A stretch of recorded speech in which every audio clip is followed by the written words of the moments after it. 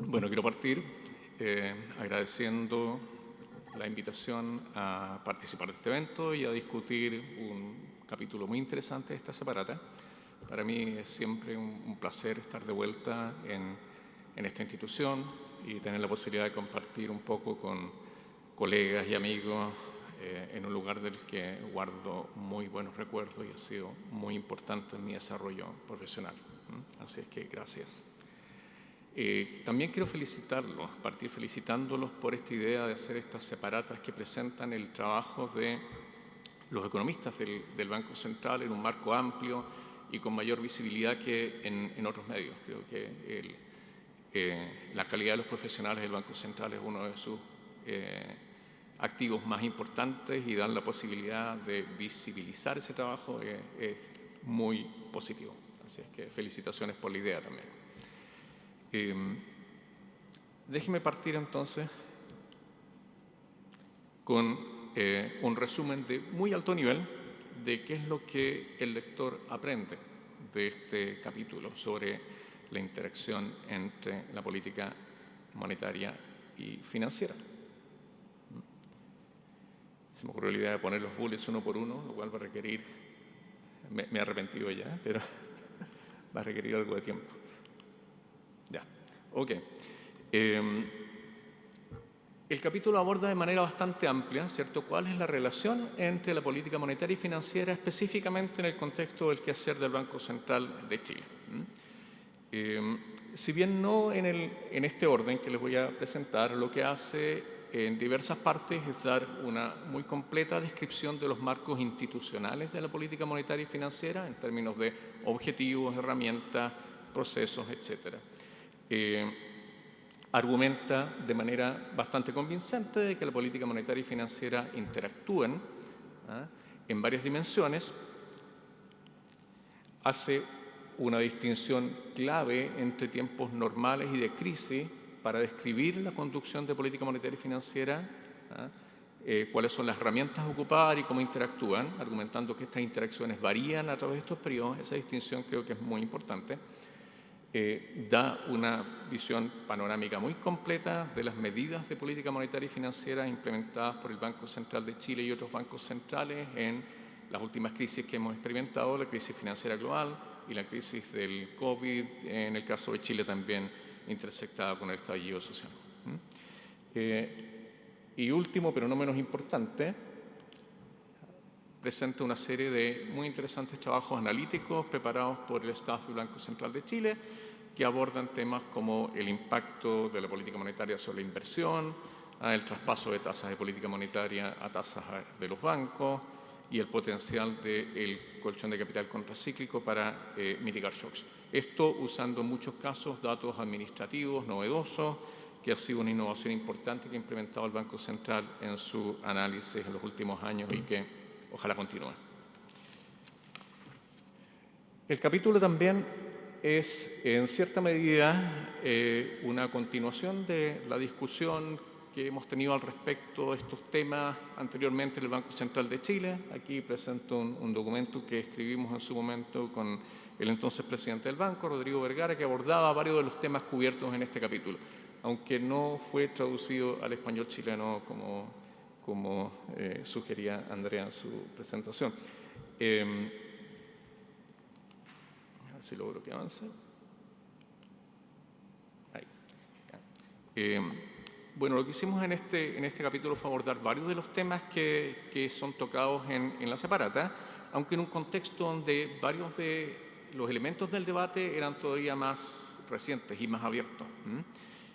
Abordamos temas como la conveniencia del uso de la tasa política monetaria para fines de macroprudenciales, el marco de gobernanza macroprudencial, cuáles son las herramientas usualmente consideradas como parte del arsenal macroprudencial que están disponibles para el Banco Central de Chile.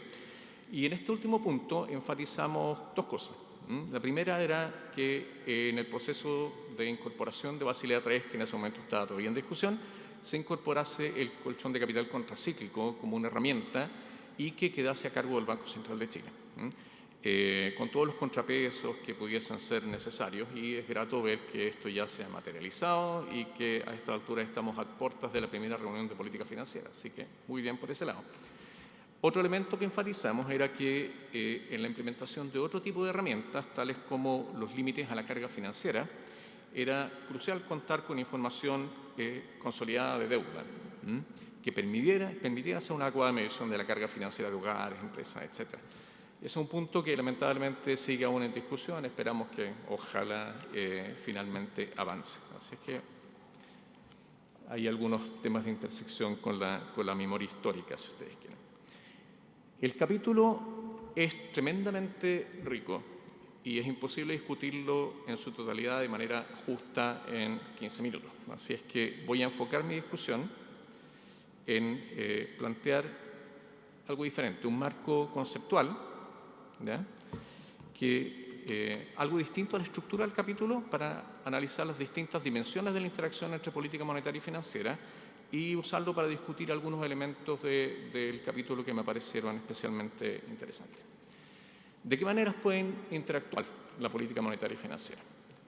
La primera, en objetivos. ¿Okay? ¿Hay interacción entre los objetivos de política monetaria y financiera o no?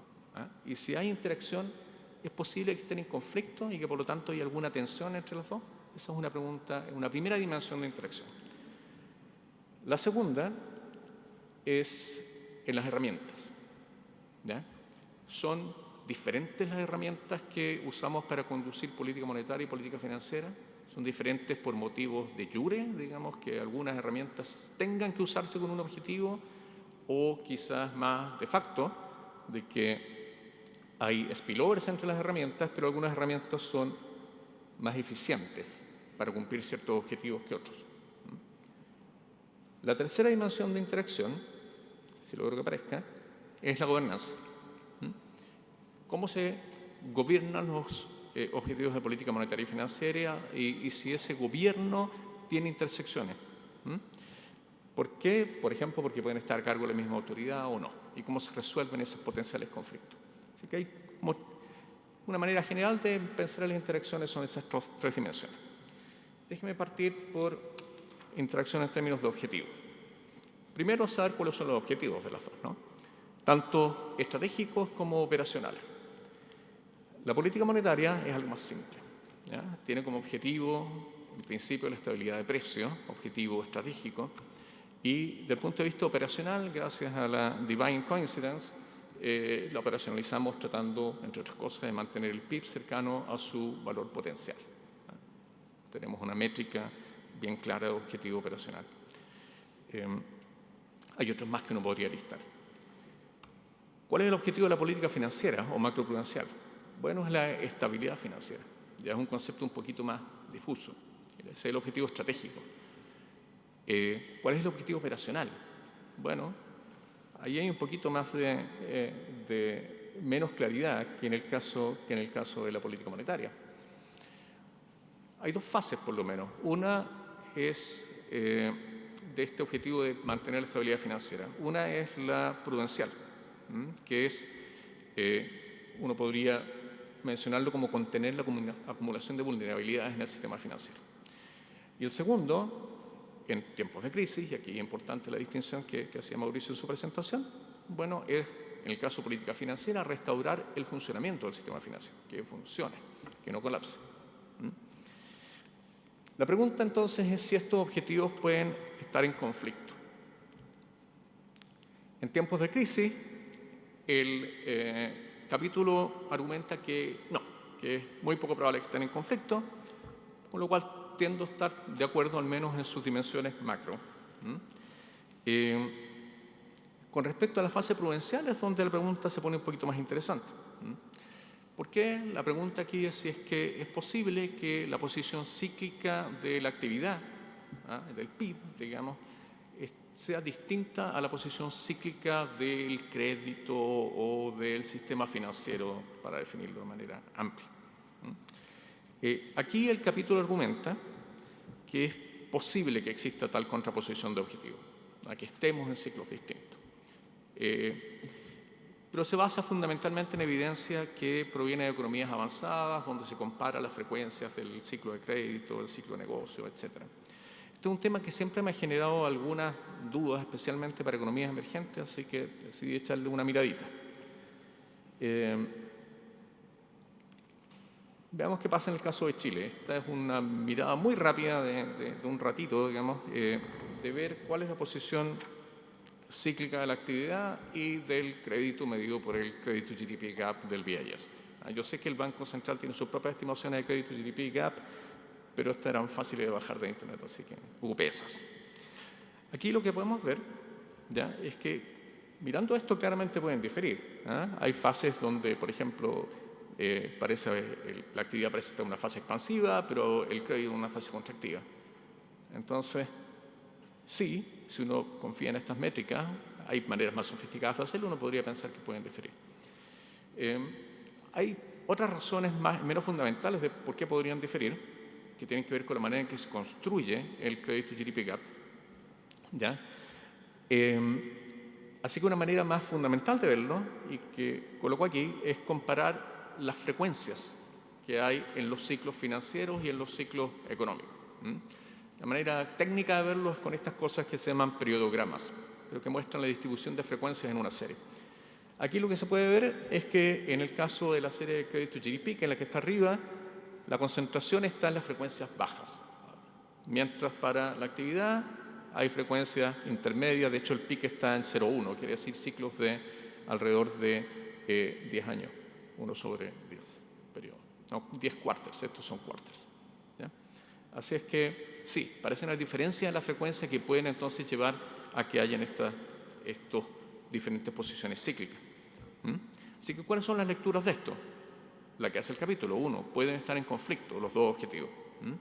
La segunda, y que surge de mirar un poquitito el crédito GDP Gap en la lámina al lado izquierdo, es que el crédito GDP Gap tiene deficiencias para medir el ciclo financiero, lo cual hace importante contar con más indicadores, y eso es parte del marco que se va a implementar en el Banco Central para la medición del ciclo, así que es importante.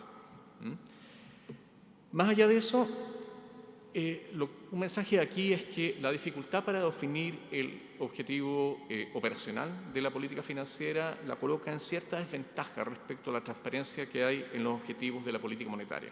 Así es que eso hace aún más crucial la transparencia en las decisiones y la comunicación, que nuevamente es algo que menciona el capítulo como parte del marco que se está implementando en el Banco Central de Chile. Ahora, si es que creemos que el crédito GDP Gap no es una muy buena medida, ¿qué alternativas tenemos? Una alternativa es una que ha sido promovida con bastante fuerza por el Fondo Monetario Internacional, y es usar la medida de Growth at Risk como una medida de estabilidad financiera. Es una aplicación del concepto de Value at Risk a la idea de crecimiento, y por lo tanto tiene bastantes virtudes. Es operacionalmente atractivo. Uno puede querer mantener el nivel de growth at risk dentro de ciertos límites de tolerancia definidos por la institución que toma las decisiones. Si uno mira esta figura, ¿sí? Me va a hacer largo. Se ve bastante más alineación con la posición cíclica de la economía, de la actividad. Si se fijan, no las pude poner juntas, pero tienen una caída pronunciada alrededor de crisis financiera, estabilidad, después hay bastante más alineación aquí, así que si uno toma esta medida, quizá hay menos potencial para conflicto en los objetivos. Ahora bien, esto puede deberse a cómo se construye el Growth at Risk, y que tiene poca anticipación en dar señales del ciclo financiero. Eso es parte del problema, pero es un área interesante para seguir explorando. Y yo sé que el Banco Central lo está haciendo y los aliento a seguir haciéndolo. Herramientas. ¿Son diferentes las herramientas o no? De jure no hay muchas diferencias. Por lo menos en el caso de Chile no hay una prohibición estricta de usar ciertas herramientas con algunos fines solamente. ¿Ya? Así es que la discusión tiende a enfocarse un poco más en la pregunta que abordó Mauricio, es si es que se debiese usar la TPM con fines de estabilidad financiera, con fines macroprudenciales. El capítulo argumenta que no, en base a dos argumentos principales, que por lo menos en mi lectura, quizá en la presentación de Mauricio fueron un poco más nuanced, como se dice. ¿Ya? La primera, el Tinbergen Principle. Ahora bien, el Tinbergen Principle dice que hay que tener tantas herramientas como objetivos, no necesariamente que uno tiene que ocupar una herramienta para un objetivo. ¿okay? Si hay traslape, de hecho lo óptimo puede ser combinar las herramientas. Y el otro motivo sería que, si puedo cambiarla, que es más práctico, es el trade-off, que surge de usar la tasa política monetaria con fines de estabilidad financiera, y que es el beneficio, por un lado, es que la tasa política monetaria llena todas las rendijas, como dicen, afecta a todo el sistema financiero, por lo tanto tiene un efecto muy amplio y es difícil de arbitrar como herramienta de política macroprudencial. El costo es que supone potencialmente una desviación de los objetivos de política monetaria que puede ser muy alto, ¿ya? Especialmente dado que las crisis no ocurren todos los días, son infrecuentes. Así que estar controlando día a día con una herramienta y teniendo pérdidas día a día respecto a un objetivo para mitigar otro objetivo que ocurre con baja frecuencia puede ser ineficiente. Así que una cosa de costo-beneficio, eso lo mencionó Mauricio y creo que estamos de acuerdo en eso.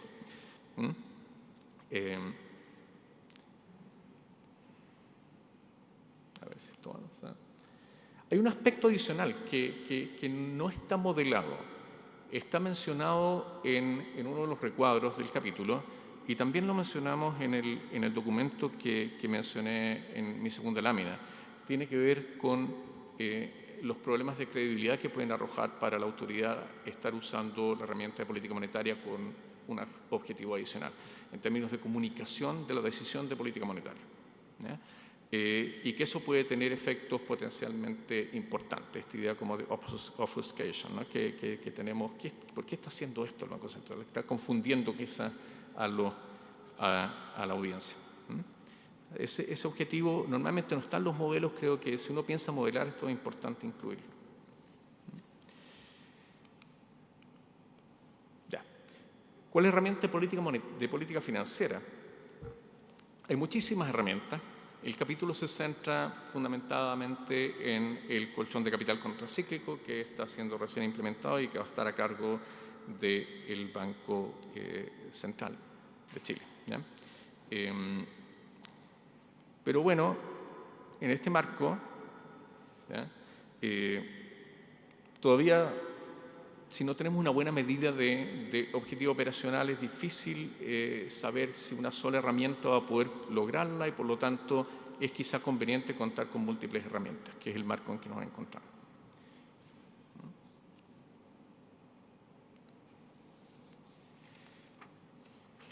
Ok.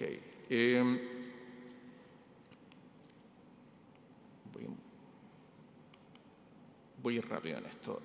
¿Hay spillovers entre las dos? Como argumenté recién, y creo que la evidencia también en la literatura lo muestra, de la TPM hacia los objetivos de política financiera hay bastante spillovers. ¿Okay? La TPM es uno de los principales determinantes de las condiciones financieras en un país, afecta la actividad a través de, entre otros, el canal del crédito, el canal de la toma de riesgo, que tienen directamente que ver con el sistema financiero. Así que hay spillovers. ¿Okay? La decisión nuevamente depende de los trade-offs. En la otra dirección, las herramientas de política financiera, cómo afectan los objetivos de política monetaria, hay menos evidencia. Hay algo de evidencia de herramientas macroprudenciales, cómo estas herramientas afectan sus objetivos inmediatos, qué sé yo, que límites al loan to value afectan los loan to values, que límites al crédito bancario afectan el crédito bancario, ¿ya? Pero hacia objetivos más amplios la evidencia es más escasa. Hay algunos papers que han salido recientemente que tratan de ver el impacto de estas sobre growth at risk, por ejemplo, y muestran algún efecto sobre growth at risk. Así es que aquí es donde el capítulo hace una contribución que creo que es bastante interesante y tiene que ver con el muffin. No sé si da como hambre con esta hora de escuchar del muffin. Y que precisamente ayuda a ver cuáles son los efectos y los spillovers del colchón de capital contracíclico sobre distintas variables macro. Y al mismo tiempo, qué tan efectivo es para sus objetivos de contener el ciclo financiero. ¿Ya? Así es que es una contribución muy, muy interesante. ¿Qué es lo que nos muestra? A ver si lo que aparezcan los dibujitos. Ok. Lo que nos muestra es que en una economía con colchón de capital contracíclico, aunque no se especifica muy bien cuál es la regla de activación, etcétera, eso podría mejorarse un poquito, un shock de riesgo, un shock adverso de riesgo, donde los inversionistas se ponen más risk averse, genera una menor contracción del crédito, genera una menor alza de tasa. Al mismo tiempo, y algo un poquito más sorprendente, genera una mayor contracción del producto que en una economía sin esta herramienta. Y una alza algo menor de la inflación. Si tomamos la inflación en este caso y el producto como objetivos operacionales, bueno, depende de la política monetaria, podría haber algún spillover, pero no parece ser tan importante. Quiero aquí mencionar y relacionar estos resultados con lo que yo llamaría el folk wisdom de los colchones contracíclicos. ¿Cuál es ese folk wisdom? Es que la evidencia es mixta respecto de la efectividad de los colchones contracíclicos para contener la fase expansiva del ciclo financiero. Puede ser por timidez en la implementación de estos colchones, los rezagos que tiene, etc. Pero no hay evidencia súper fuerte de que contenga mucho la expansión del crédito. Sí hay evidencia de que contribuye a mitigar las consecuencias adversas de la reversión del crédito. Y que cuánto contribuye depende de cuántos colchones se hayan acumulado durante la fase expansiva. Y por lo tanto se libera cierta hoja de balance bancaria durante los episodios adversos. En la separata, en el capítulo 1, se mostró los resultados en una dirección, lo que sugiere esto que hay efectos asimétricos. No sé si son parte del análisis, el paper no lo miré, creo que no está disponible todavía, pero si no han sido incorporados, creo que es importante pensar en cómo incorporar la posibilidad de efectos asimétricos.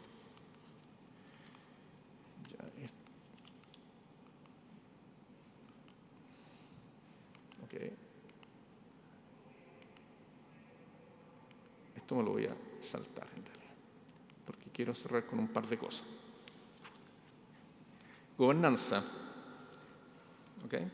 Capítulo, en respuesta a esta pregunta, si es deseable que haya interacciones en la gobernanza política monetaria y política financiera, si es que hay interacción entre los objetivos y traspasos de la herramienta, el capítulo argumenta que sí, de que de esta manera sería posible internalizar adecuadamente estas interacciones, evitar equilibrios no cooperativos. Yo creo que es difícil estar en desacuerdo con esa conclusión.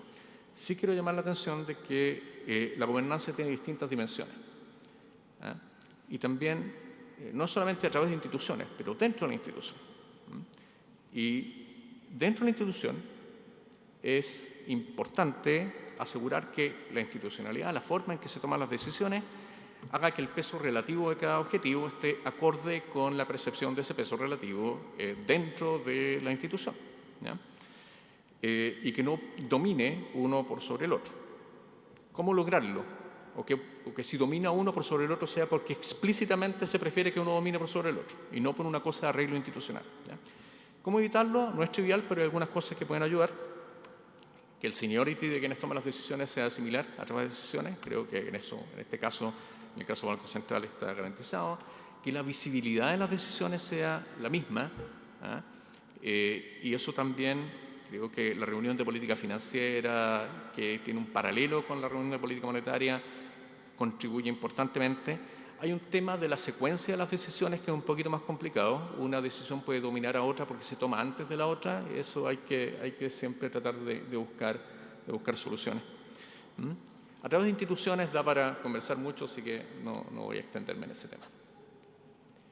Lo último, como decía al comienzo, una dimensión importante que resalta este capítulo es la diferencia en la conducción de política monetaria y financiera y su interacción en tiempos de crisis versus tiempos normales. Aquí no quiero sobreextenderme, así es que voy a enfocarme. Como decía, el capítulo argumenta que durante crisis es menos probable que haya conflicto. Estoy básicamente de acuerdo, uno puede hacer algunos pequeños reparos de observación, pero son realmente de segundo orden. Sí quiero destacar algo que estaba mencionado en la última lámina o penúltima lámina de Mauricio y también en el capítulo, que tiene que ver con estos tres aspectos fundamentales a considerar durante una crisis que menciona Mauricio y menciona la separata. Primero, la anticipación. Segundo, la oportunidad de la reacción. Y tercero, la flexibilidad. ¿Ya? La anticipación es el Holy Grail, pero es difícil. no todas las crisis son iguales, de hecho hay gente que dice que todas las crisis son distintas. Uno puede pensar que las causas fundamentales son similares y ahí el monitoreo de vulnerabilidades, en vez de riesgos, contribuye. Pero aún así, las vulnerabilidades que uno monitorea son las que más o menos cree que pueden ser importantes basado en su experiencia pasada, ¿ya? Así es que es muy difícil evitar que ocurran crisis. Yo creo que la misión fundamental de una autoridad que está a cargo de estos temas es evitar que se repita una crisis, o sea, que ocurra exactamente la misma crisis que ocurrió antes. Ese es el mínimo, es el déficit que uno tiene que tener. Así es que le pase de nuevo una crisis en el sector hipotecario, residencial en Estados Unidos, sería como mucho. Que sea novedosa, bueno, ¿qué se puede hacer? La oportunidad es clave, pero el problema es que aquí aparece un trade-off importante.